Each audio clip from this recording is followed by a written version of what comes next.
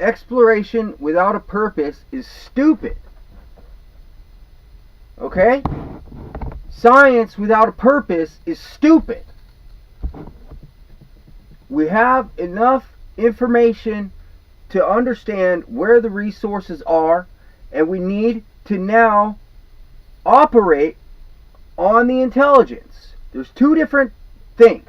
There's one thing called intelligence. This is what we gather from exploration and science. The second thing is called operations.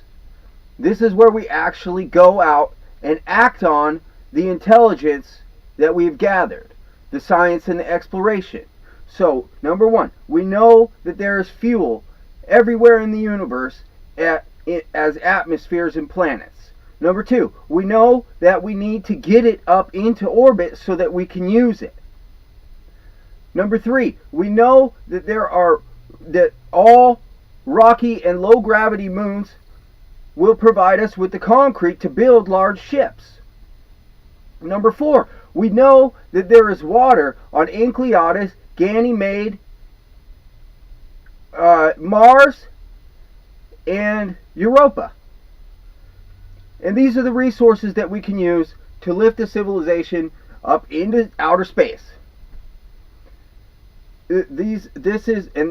My book is a step-by-step outline of exactly how to do that and how to build the infrastructure to do that. So you're going to have the transport companies that do that. You're going to have you're going to have one company is going to be pumping the fuel at Venus. Another company is going to be like the train company that transports all of that stuff back and forth. A third company is going to be the one that starts to produce the concrete on the moon. And then a fourth company is going to be extracting water and getting it into space. Now Mars's gravity is too much to be extracting it from there. So the only useful thing of the Martian water is to use it on Mars itself. So we need to go to Enceladus, we need to go to Ganymede, we need to go to Europa to get that water and ship it back using the transport company. But for every single one of these companies that's out there, then it becomes a single line item cost. Just like a space launch. Like, this is a single line item cost now on an executive balance sheet. Now fuel is a single line item cost on a balance sheet.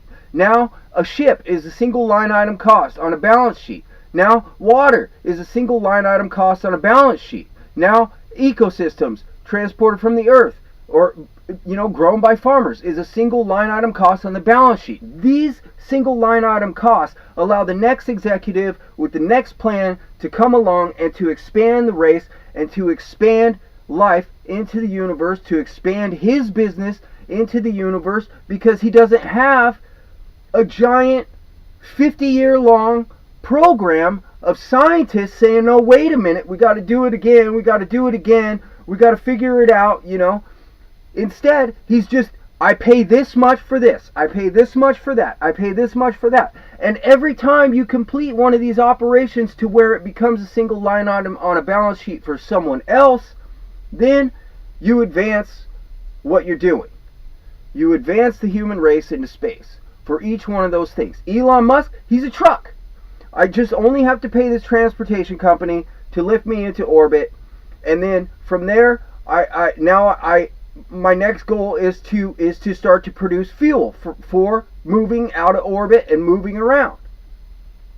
This becomes a single line item cost. Now the next person, all he's doing is he pays Elon Musk, boom, he pays Elon Musk, however much money to lift him into orbit. Now he pays me however much money for the fuel. Now he can go and do what he wants to do. Say he wants to go and produce concrete. So now he begins his concrete operation and he begins to sell ships. So now the next guy comes along, he pays Elon Musk this much to lift himself into orbit.